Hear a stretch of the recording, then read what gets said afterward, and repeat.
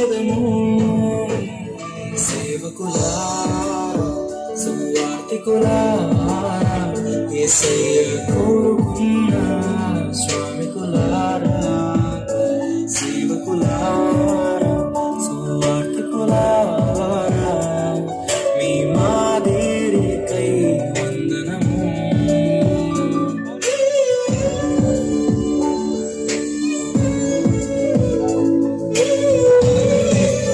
ముందుగా వెళ్ళిపోయిన వారికంటే మనము గొప్పవారము కాదు, మనము మంచివారము కాదు, మనము ఎంత మాత్రము శ్రేష్ఠులము కాదు.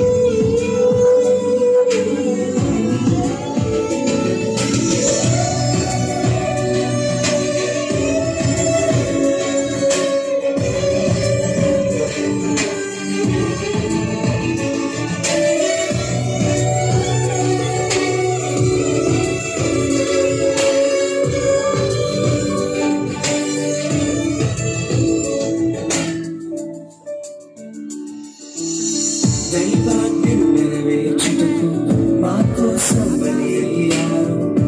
రాజ్యం ప్రకటించుటకు ప్రాణాలని విరచారు. మా ఆత్మను రక్షించుటకు హతసాక్షులు మీరయ్యారు. నీతి కిరీటము పొందుటకు అర్హులుగా మీరు. ఉన్నత పనికై మమ్మను పిలచిన దేవా, మా కొరకై నీ ప్రాణం అర్పించితివి.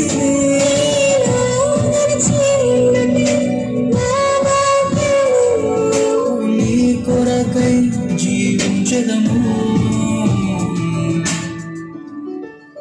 ఘటాన్ని ఘనంగా కాపాడుకోవాలి. మీ శరీరం దేవుని ఆలయమని మీరు పిలవబడి కొనబడినవా?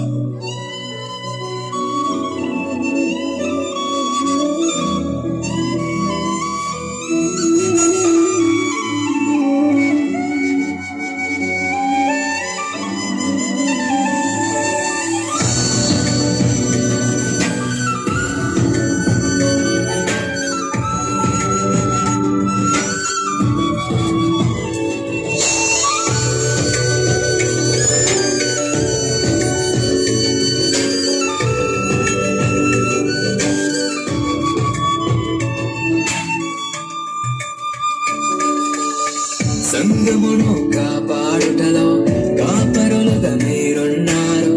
సువార్తకి పోరాడుటలో సిద్ధపడిన సైన్యం మీరు.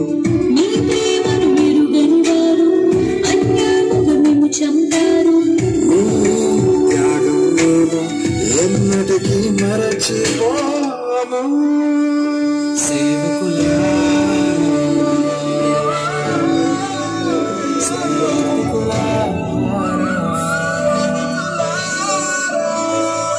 మీ మాదిరికై వందనము. His only begotten Son, that whosoever believeth in him should not perish, but have everlasting life.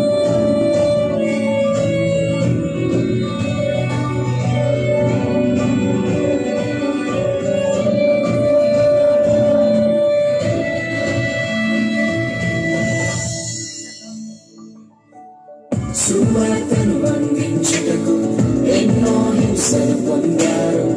ఆకలితో మోకాళ్ళూరి సంఘమును పోషించారు. మాకు మాదిరి చూపించుటకు క్రీస్తును పడి జీవించారు. మీ జత పరివారము మేము, మీ జాడలో చెడుగల పనికై మమ్మల్ని పిలిచిన దేవా, మా కొరకై నీ ప్రాణం అర్పించితివి. నేను నిలిచి ఉండుటే మా భాగ్యము. నీ కొరకై జీవించెదము.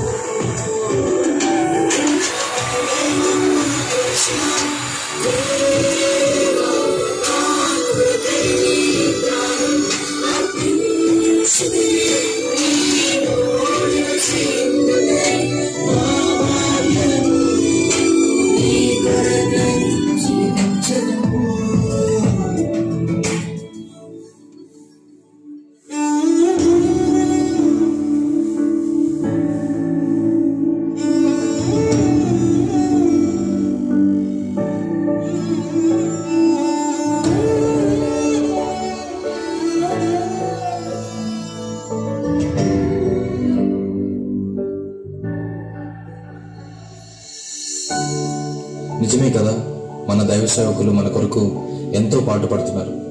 మన జీవితంలో కష్టం వస్తే వారు కన్నీటితో ప్రార్థన చేస్తున్నారు. మన జీవితంలో బాధలు ఎదురైతే వారు మనల్ని ఓదారుస్తున్నారు.